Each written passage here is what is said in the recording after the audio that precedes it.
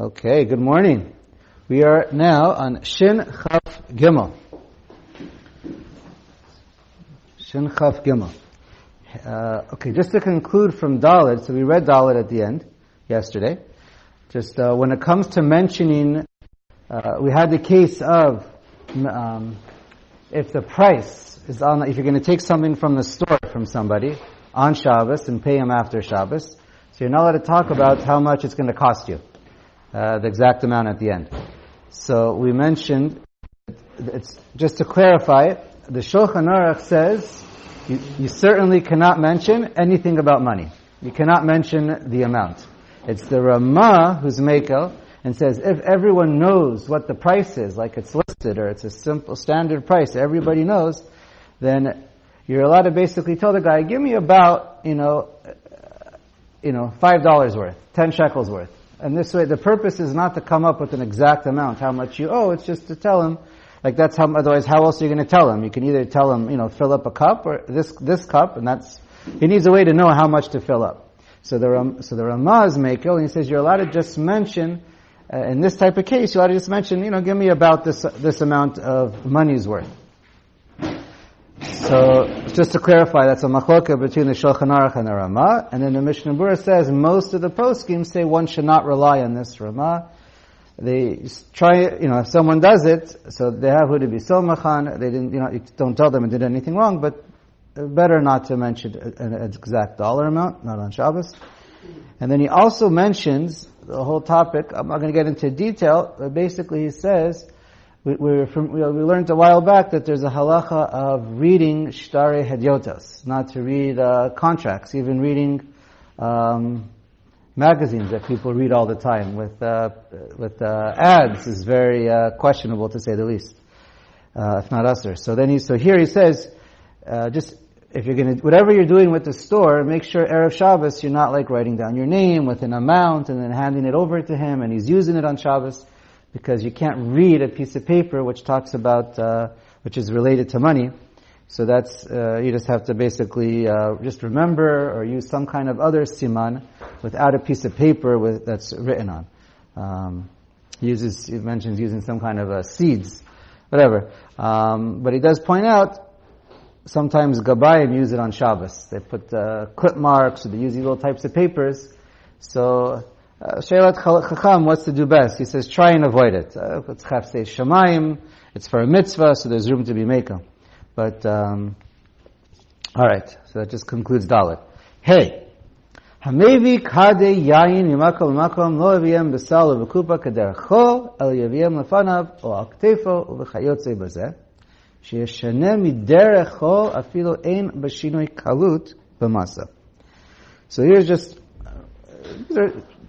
for the rest of the simanim, you're going to see some of the halachot are just somewhat random, but so here we're discussing carrying pitchers of wine, I don't know, bottles, barrels of wine from one place to another.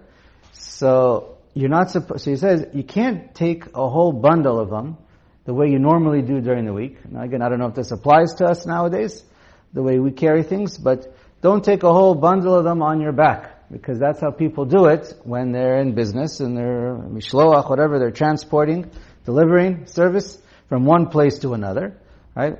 Could apply maybe with shopping carts, I don't know. So, you can't do this on Shabbos because it looks like it's either uvdin dechol or it looks like you're going to do business. You're going to sell it, to deliver it, whatever it is.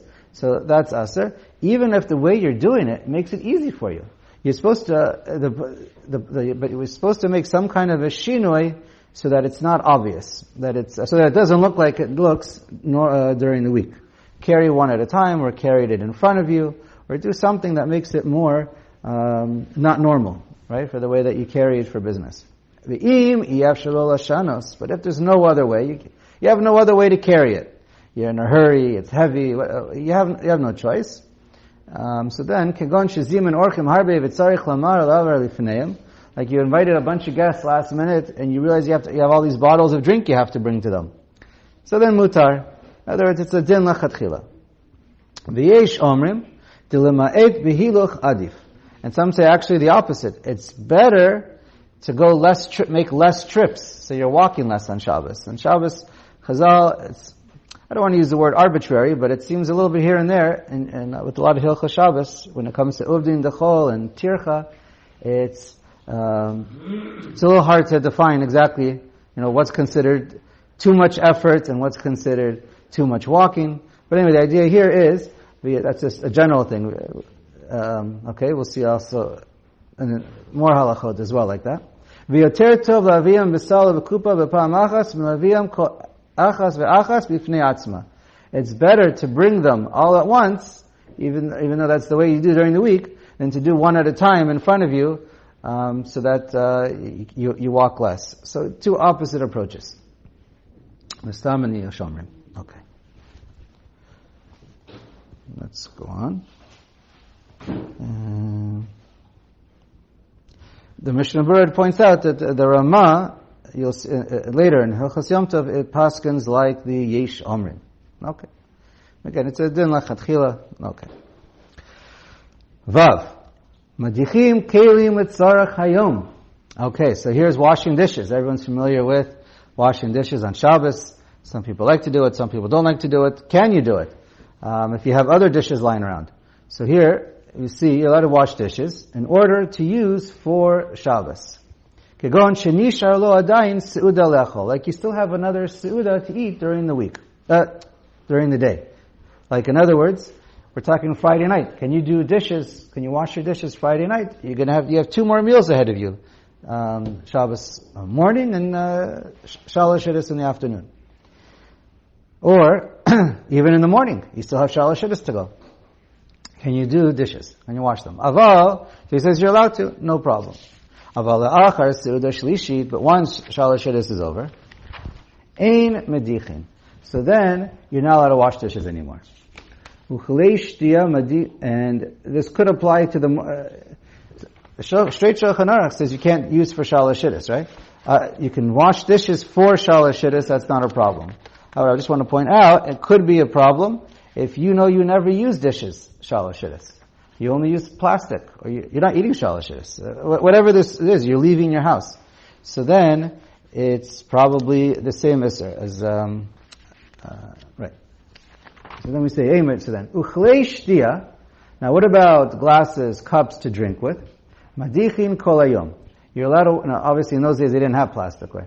So, and disposables. Uchlei shtia madichin kol hayom. Now, what about drinking cups? That you can wash all day long, even until shkia or tzeis. Why? Shekol hayom or oili shtia. People are always drinking. People are always, guests are drinking, you're drinking, kids are always drinking, everyone's taking cups. So there's certainly, it's by definition, it's always for today, not for afterwards. Regarding crockery and cutlery, I was once told that you can wash up if you could make use of it, even if in practice you're not making use of it because you have it up. Is that right? So that's a big discussion. Shepson mentioned regarding washing cutlery when you have other cutlery. So that's a big question mark. Happens to be, you're welcome to read the Mishnah Berurah yourself.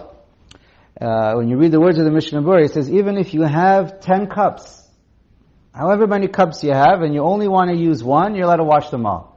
Because we're not machalik and say, no, you have to choose your cup and you can't wash extra.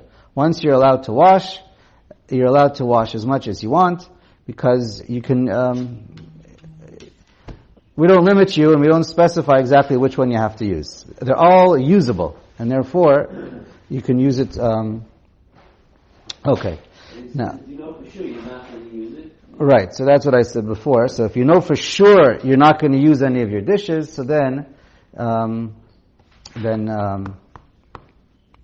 not allowed to. Right? You're leaving, whatever it is, you're for sure not going to use them. The main issue is tircha, most right. Some say hachana, kind of intertwined.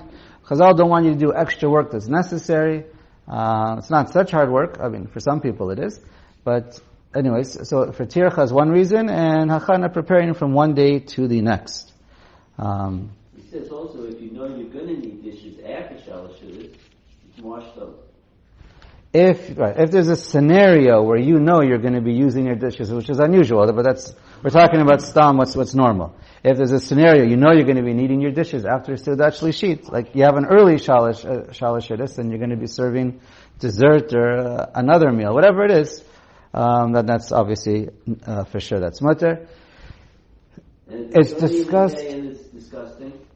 The wife doesn't like it. So then that could be okay if it's ruining your Shabbos for the day. So some say that's definitely mutter because you're not doing it to prepare for later. You're doing it so that you can sit in your kitchen. That's a discussion in the poskim. Also, let's say you have other sets of dishes, or you have lots of dishes, and you really don't need these. For sure, you're not going to need these that are dirty. So some say you should not wash. Many recommend. It's hard to say it's usher, especially. But anyway, many recommend if you do have many other dishes that you're happy to use, then you shouldn't be be washing these dishes that are dirty since you have so many others. So that's also a discussion in the poskim. Okay. But it's hard to call it usher. But the different poskim present it a little bit differently. I think Zayin. Let's move on. Zayin. Mutar lahatbil kli chadash hata'un tevila v'yesh osrim. So now what happens if you have a brand new dish you want to use on Shabbos, but it didn't go to the mikvah yet, and it's chayiv in a mikvah. So some say, the Shulchan Aruch paskins, you're allowed to tova into the mikvah, right? What's the problem? It could be a din derabanan of tikkun maneh, because obviously the dish is completely finished, but since it's not usable for you, and that's why it's just it's obviously can't be more than it's a derabanan, so there has the din of, it looks like it's tikkun maneh, you're making it usable, and therefore you can't, it's completely not usable, not for hot, not for cold, and that's why you can't dip it in the mikvah. Okay, so he holds that's not a problem. Sorry. That's the question. Can you not? So the Shulchan Aruch paskins, initially, you are allowed to dip it, and obviously with the bracha, and there's no problem because be'etzim, he doesn't hold of this, the first opinion doesn't hold of tikkun maneh and tevilas kelim, because you're not changing the kli itself, and therefore there's no problem. Physically, there's no difference. V'yesh osrim, but there's another opinion that says it's aser. So the Shulchan Aruch continues. So really, mikar din, you're allowed to. V'yirei shamayim yitzei et kulam. But it's best to be machmer. Number one, if you don't need to use a dish, just save it for the next day. Use a different one. But okay, you don't have other dishes, or whatever it is, you have mashagas, you need to use this dish. V'yiteina kli le'en Yehudi b'matana. So what's the best eitzah? Is give it to a non-Jew. Let him own it. B'matana, give it to him as a gift. V'yachzer. Alright, some ask, how can you give gifts? So, there's an issue, there's a question mark if you're allowed to give gifts on Shabbos and Yantiv. So if it's something that's you're going to use that day, has the purpose of that day, such as food, you're going to eat it, or here, you have a purpose to give it so that you can use it, you give it to the goy. So that everyone holds as mutter. Other gifts that are usable, but you don't need to use that day to eat, so then that's a machloket in the poskim. So, but here you want to eat, so you're gonna, it's mater, v'yachzer, v'yishalenu mimenu, and so therefore, and then you just take it back to borrow. You don't own it back, so who owns it? The goy. The goy is not chayav tevilas kelim, and you can use it as long as it belongs to a non-Jew. There's only an isser to use non-tevila kelim is if it's owned by a Jew. V'ein sarich tevila, and so it doesn't need tevila anymore, no problem. Okay. I'm surprised you didn't mention that you do the harama, that you draw water from the mikvah. The Ramah is going to talk about that. Right. So the Ramah has the harama, which some say and probably doesn't apply nowadays anymore. It depends what kind of mikvah you're using. Let's read the harama of the Ramah. V'im hu kli shra'u lema b'mayim, and that's a pitcher that it's normal to use for water, right? So then, Yimal'enu mayim min ha-mikveh v'al talo tvila. You can go down to the mikveh and get some water to drink or to use. Let's say it's for what you can use it maybe to wash hands if that works. That's a whole other shayla. But let's say you're going to use the water for drinking or whatever you want to use it for. So then you're allowed to go into this mikvah and pick it up and dip it in all the way. And then when you're dipping it in all the way, that's it's going to be in the mikvah. Now you can use it. Some say nowadays. Well, it depends. If it's a mikvah, now I don't know who's going to drink from it nowadays. That's another question, because no one drinks from these type from mikvahs. And then when you go to a proper mikvah kalim, if that's the mikvah you're using, so everyone knows why you're taking it to the mikvah. It says mikvah's kalim right on top of what you're doing. So it's questionable if this really works nowadays. But anyways, so it depends. Anyways, when necessary, best to be yotzei et kulam. If the Ramah applies, that's a possibility. Give it to a goy, or the Shulchan Aruch has the ikar psak of the Shulchan Aruch. Just to mention according to the interesting question, if you do take it to a mikvah, so by the Sephardic poskim, it wouldn't be a question. You do say a bracha. If you want to be machmer and you don't want it to be obvious, so then the question is over here. According to the Ramah, some of the poskim, the Mishnah Berurah says not to make a bracha, because it'll be announcing that what you're doing is for tefillas kelim. It's just that was the whole point of the Ramah of the Ramah, is so that it's not obvious. But so even if it would work, and you could do it, if it wouldn't be obvious, so some of that, it's a machloket by the Ashkenazi poskim. Some say you should say a bracha belachash. I think that's, many say you should say it belachash. Mishnah Berurah says just don't say the bracha at all. Okay. And just as an aside, this is not an issue. It's not just as a klal. We often say safek brachos lahakel. Safek brachos lahakel is if you're afraid you're going to say a bracha levatala, so therefore don't say the bracha. Right? That I'm not saying to say the bracha, not to say the bracha, but I am saying this wouldn't be an issue of safek brachos lahakel, because here everyone says there's no mikar din. You're supposed to say a bracha whenever you take kelim, and it certainly wouldn't be a bracha levatala. So you're not worried about it. The principle of safek brachos lahakel, there's no bracha levatala issue here. It's just we don't want it to be obvious for Hilchas Shabbos. That's all. And just b'kitzer, just to mention Hagalas Kelim. So can you do Hagalas Kelim on Shabbos? So this is a machlokas. Some say you're allowed to, even according to the Yesh Osrim opinion. It's different, because here, by kelim that are non-kosher, you're allowed to use it for cold foods. So therefore, be'etzem, the kli, you're not making a complete tikkun on it. It's still usable. And then it's just, some say it's just like you're cleaning it in water. I don't know, but that's another svara. And, okay. Or they say it's not aser be'etzem, it's just because there's ta'arovet of iser in there, but it's not really that there's something wrong with the kli itself. Okay, yesh can make a chiluk either way. Okay. So, let's go on. Chet, right? Chet. Kos sheshata bo eina Yehudi, mutar lahadicho ledivrei hakol. Now, let's say you have a cup of wine from a goy, so it has some wine in there that you can't drink. Stam yenam, or nisach, or actually from nesach, whatever it is. So then you're allowed to rinse it off. Everyone says you can rinse it off because you're just getting rid of the shmutz, you're getting rid of the wine. It's like cleaning your dishes. It has no resemblance to tevilas kelim.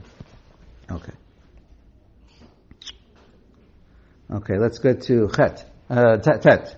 Mutar one second. Okay. I just want to point out.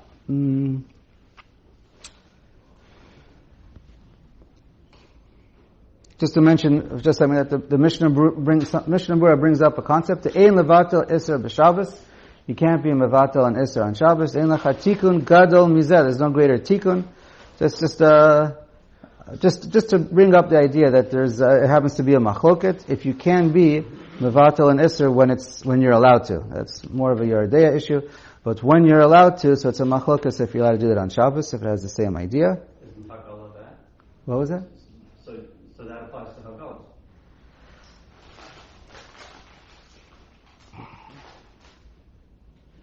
So it depends. Well, we mentioned, it's a machlokas by Haggalas Kelim. It's a machlokas by Nevatel. It's a little bit different. I mean, you could say it's the same. It could also be different because Haggalas Kelim could still be used for cold. Right. So even though you're also doing the bittul, but that might not be. Yeah, I don't think. I hear what you're saying. Okay, maybe that's called. Yes, that's the whole question. If that's called tikkun mana by Haggalas Kelim. Second, he mentioned if you have a treif knife, now you want to stab it.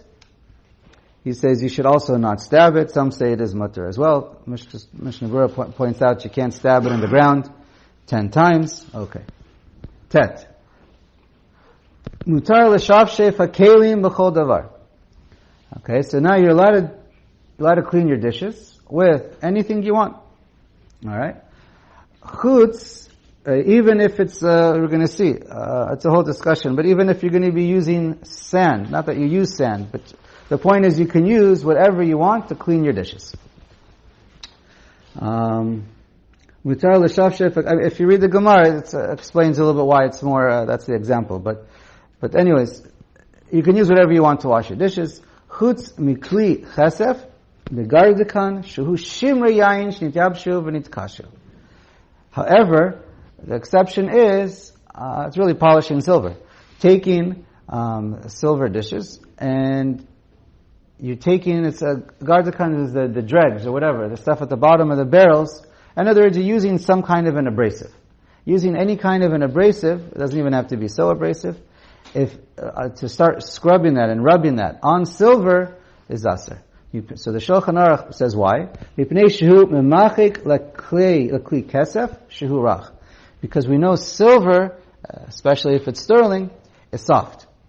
And therefore, to start being, to be rubbing out, with the, so the Shulchan Aruch says this is a machik. This is a form of smoothing down.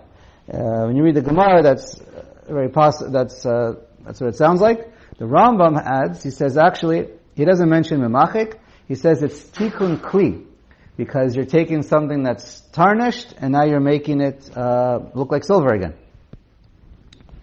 Right. According to the Shulchan Aruch, it sounds like the only issue is memachik. The Ravid says it's actually because of tircha. You're working too hard on Shabbos, you can eat without it being polished.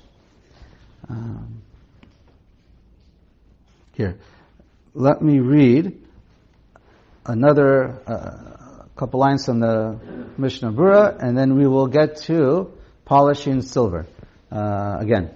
So the Mishnah Berurah says, first of all, he says the difference with other items for cleaning your kalim is we don't say there's for sure going to be smoothing or grinding down your kalim when you do it with other items.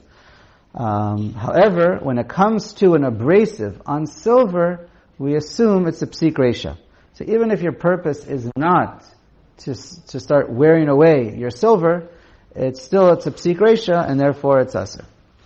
What is gartakan? It's gartakan is the dregs from the wine, but It's an abrasive. so it's an abrasive. Acid that removes I think it's an abrasive. That's why it's a machik. Now so the Mishnah Berurah quotes a maharil. It's not mentioned in the Beis Yosef or the Rama or Darchim Moshe. And my humble opinion, it probably is not according to the Shulchan Aruch and the Rama. They probably don't have this issue. And the Mishnah Berurah itself quotes, it's based on the Gemara that you're allowed to use any substance, even sand, to clean your dishes. Now, the Maharil writes, the Mishnah Berurah brings down, Haya oser lishtof et eschuchit b'shibolet shu'ala atziro.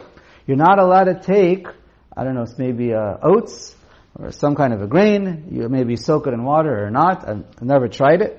And you use this oats you rub it on your glass in order to, or maybe it means crystal, in order to shine it, to get it even cleaner.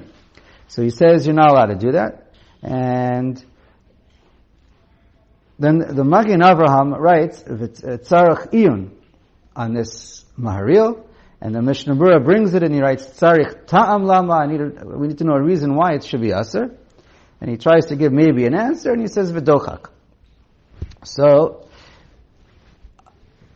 I've spoken to a couple different Rabbanim, and some want to say the Magen Avraham and the Mishnah Berurah argue on the maharil and don't hold of it at all. And some say, no, he's choshesh, he brings it and he's choshesh for it, even though it's difficult to understand. I'll just quote a couple poskim. I don't know how common this is, but it does relate to polishing silver.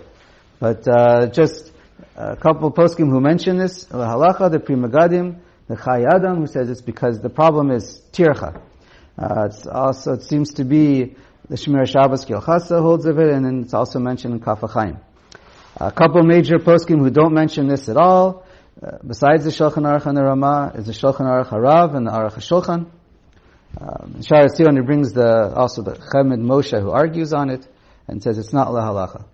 So that's an aside, or an intro to, what about polishing silver? So if you're using an abrasive, everyone holds that's going to be aseh.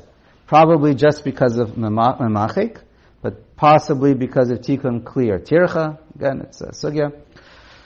And what if you're going to be using only cloth? Just an abrasive on the silver. So I believe all polishing silver is abrasive. That's my understanding. I mean, again, when you have silver polishing, there's two standard ways to do it, either with a chemical or with an abrasive. And I think generally the silver that you buy is an abrasive. Again, you can look into it. But, it's a very mild abrasive. And so, most poskim would have no question to say it's aser. However, if you're just using a cloth only, they sell polishing cloths that you don't really see the abrasive. So there, Shemir Shabbos Kilchasa writes, it's aser. I asked Kornfeld about using any kind of polishing silver with any liquid or anything. He says for sure it's aser. Rabbi David said for sure it's mutter to use a cloth. So it's a question mark. And then what about dipping it into a liquid?